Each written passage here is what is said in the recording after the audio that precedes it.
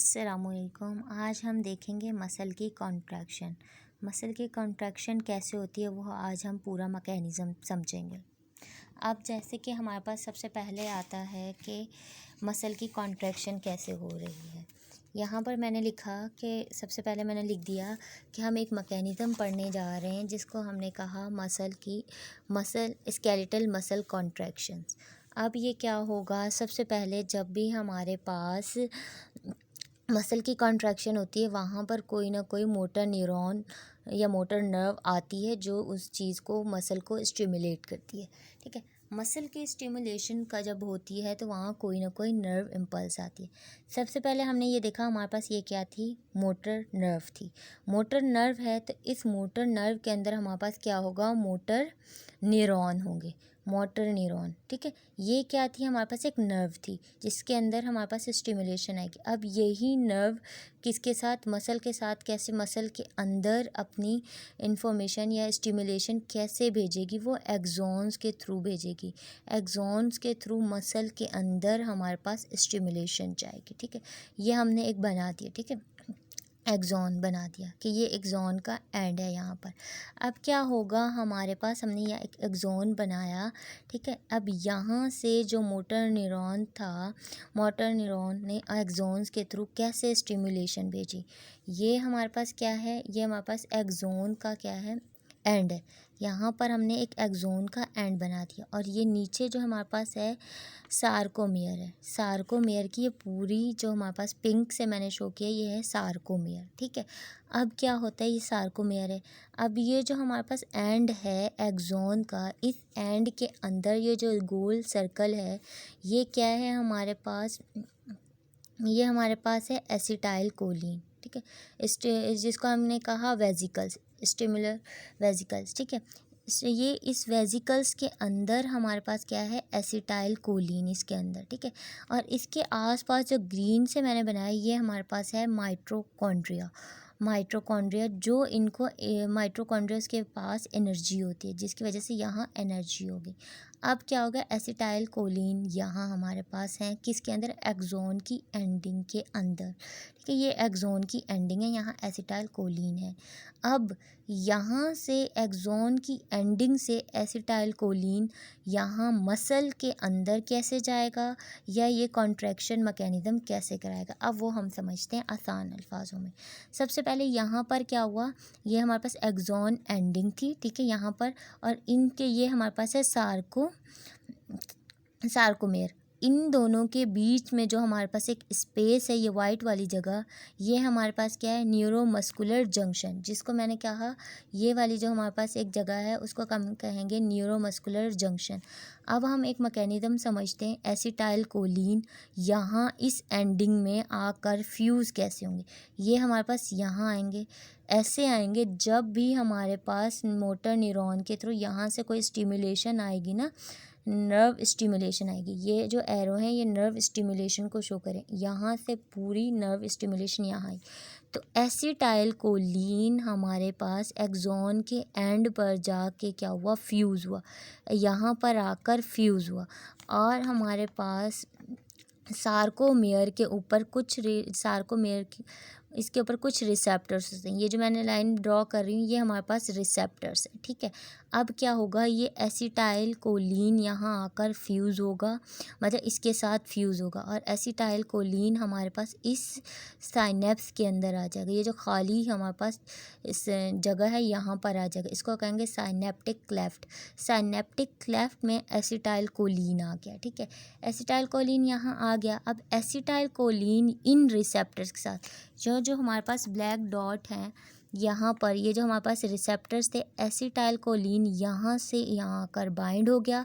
अब क्या होगा, ये जो हमारे पास यहाँ पर एक चैनल्स फिर ओपन होंगे, क्या यहाँ पर इसके ये रिसेप्टर है, इन रिसेप्टर्स के थ्रू हमारे पास सोडियम जो है इनफ्लक्स अंदर आना शुरू हो जाएगा और पोटेशियम बाहर निकलेगा।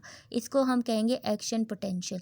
एक्शन पोटेंशियल में क्या होगा, हमारे पास आयंस की एक्सचेंज होती है, आयन की मूवमेंट होती है। सोडियम अंदर आता है और पोटेशियम बाहर जाता है, और ये कौन कराता है, एसिटाइल कोलिन कराता है।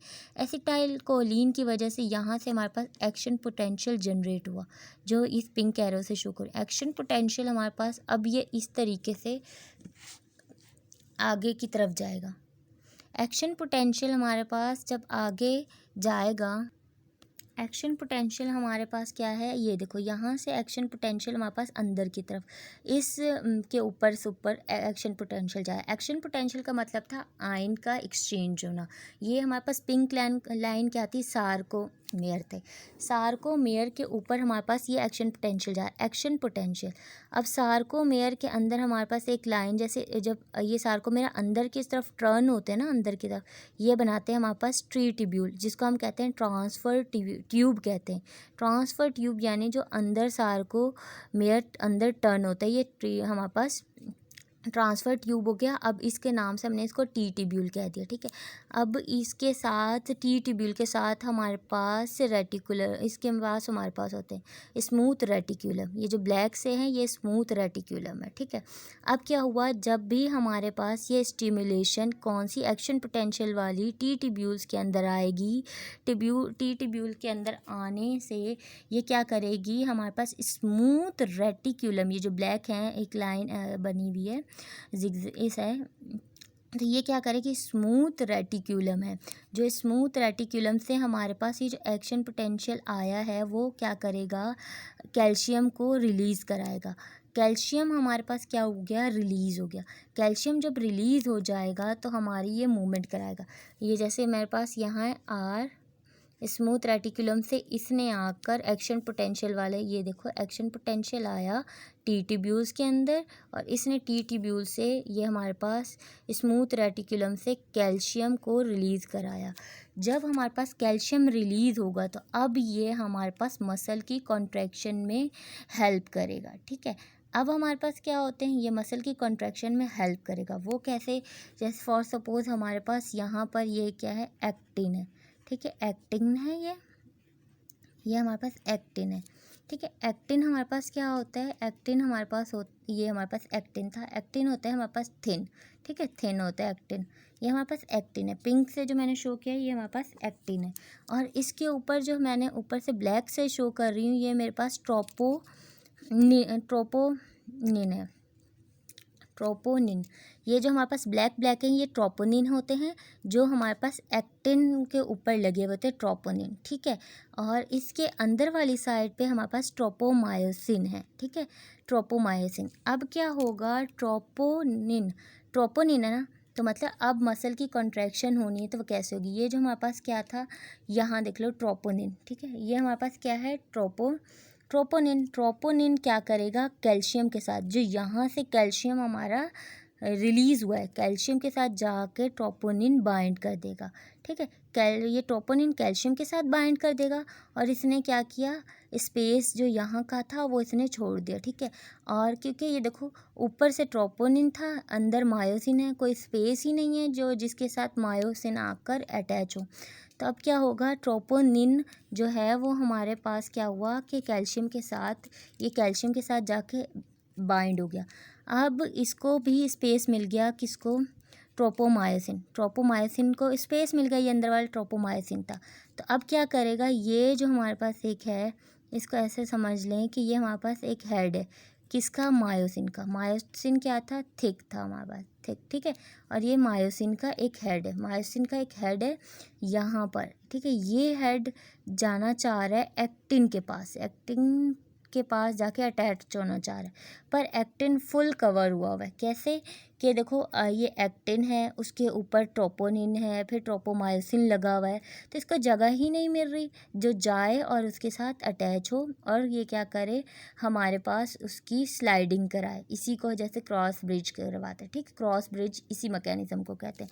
अब क्या हुआ कि जब ट्रोपोनिन कैल्शियम के साथ बाइंड हुआ तो यहाँ वाला स्पेस खाली हो गया, रिलीज़ हुआ, तो ट्रोपोमायोसिन उस स्पेस को ले जाए, उस स्पेस की जगह चल जाएगा, इनके बीच में एक स्पेस कायम हो जाएगा जहाँ पर मायोसिन का हेड आकर अटैच होगा।